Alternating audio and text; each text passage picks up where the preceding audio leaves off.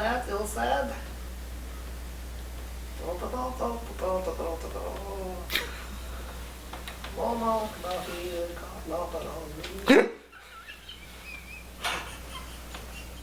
Hello, I'm Charles Stier. This is CherryValleyMusic.com. You've reached Barre Chords Part 4, and we're getting over the hump today. That's what we're going to do because you've been working all this time on creating calluses for your fingers.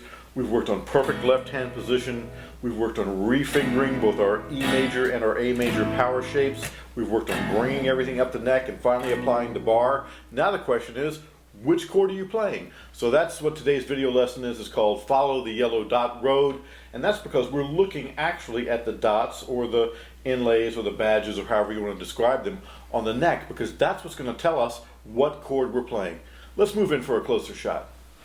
Now we've moved in for a closer shot about bar chords, and what we're going to be using in this lesson, the reason I call it Follow the Yellow Dot Road, is because I'm going to be following the dots that are here on the side of the neck of the guitar and that are matched by the, in this case, inlays, but on the neck of the guitar. Some people have dots, some people have stars.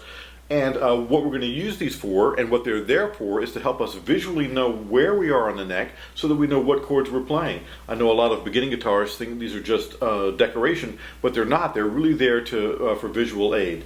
Now, on most guitars, there's always one at fret 3, 5, 7, 9, and 12. Fret 12 on here is the double dot. Sometimes you'll see two buttons or stars or badges right here. So it's 3, 5, 7, 9, and 12 on almost all kinds of guitars except for classical guitars. Why they don't have the dots, I don't know. Okay, but we're moving on. Now the thing to do is we've got to figure out how to use what we know and then to incorporate the things that you're learning in this.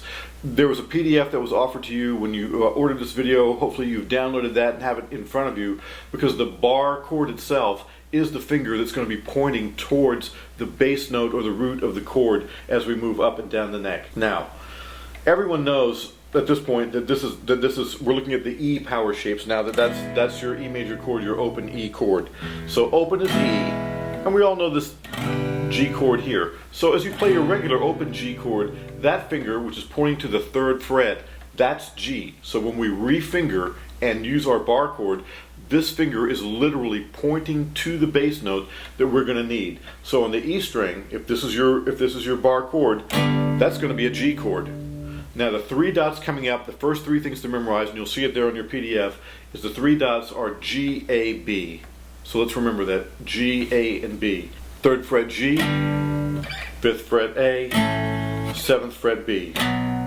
So now we know we have open E. Of course, right there, the 1st fret by that, since the guitar is arranged in chromatic half steps, is F. Let's go back to E. So you know you have E, F, 1st dot, G, 2nd dot, A, 3rd dot, B.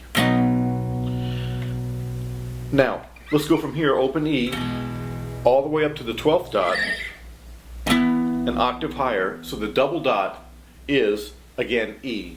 So now let's look at that again. Open E. We know F is dot 1, or fret 1.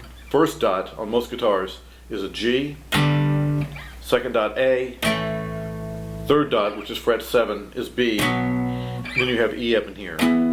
So by knowing those and by knowing those names, we can now start to fill in the gaps. We have E, we have F, G, A, B. C is right beside B because remember there's no half step between C and B. There's B, C's on the 8th fret, B's down here on 7, C is up here. If that's C and E is on the double dot here, D is going to be right in between. So D is at the 10th fret. So now let's look again at all of our natural chords. E, F is on 1, G on the 1st dot, which is fret 3, A, B, C is the first natural chord that's not on a dot, then D, then E. I would practice those many times slowly. Now the next step of the exercise is to fill in all of the chromatic half steps. So you have E, 1 is F, 2 is F sharp if we're moving up, 3 is G, 4 is A flat or G sharp. 5 is A. 6 is A sharp or B flat. 7 is B. 8 is C. 9 is C sharp or D flat. 10 is D. 11 is D sharp or E flat. And 12 is E. Now a lot of people ask, why do we have to have notes that are called the same name like D sharp and E flat? These are called enharmonic equivalents. The more you learn about tonality and the more you learn about music in general, the meaning of this will become clear. And in fact, you can find out more about it on our pages on musicianship with video lessons and in the downloadable book section, especially the book called Tonality. It's a little too much to go into here. Just keep it on faith. Okay, so we're going to start up here on E, and we're coming down chromatically. At the 12th fret, at the double dot, I'm using the side of the guitar here to visually place my hand. I'm on E, come down to E flat on 11, D on 10, D flat on 9, C on 8, B on 7, B flat 6, A 5, A flat 4, G 3, G flat or F sharp 2, F 1, and open E. Do this many times. As you can see, I'm not even forming the full chords because it doesn't matter, because all we're looking for is targeting the bass note. Like here on the 6th fret, my finger is pointing towards B flat on the 6th fret. That way I can create a B flat major, B flat minor 7th, B flat 7, whatever it is. So again, slowly say and play all the way up, all the way down many times in the E power shape. Now let's look at A. The A power shape, is like this, and again what we're targeting is now the 5th string. The 5th string is the bass, not the 6th string. So we can do this really with a 2-finger exercise, where again, looking at your PDF, we have open A, and I'm strumming from the 5th string, not the 6th string. 1st fret B flat, 2 is B, 3 is C, 4 is C sharp or D flat, 5 is D, 6 is E flat, 7 is E, 8 is F, 9 is F sharp, 10 is G, 11 is A flat, 12 is A. And again, what I'm thinking is I know my open A, I know C because of my C chord. There I am on my 3rd fret, my 1st dot. I have C, D, E, just like I'm thinking G, A, B. On the 6th fret, in the E power shapes, I'm thinking C, D, E from here. And again, I can get to F quickly, like F here, F here.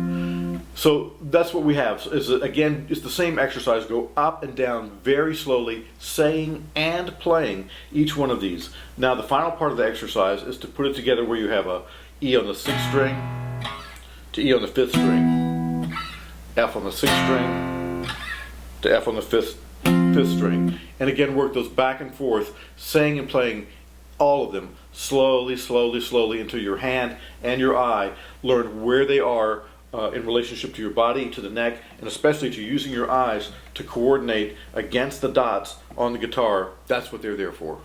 So that's it for Barre Chords Part 4. Remember, the only way to learn these things fast is to slow down! Slow down! I'm Charles Stier. This is CherryValleyMusic.com. See you next time.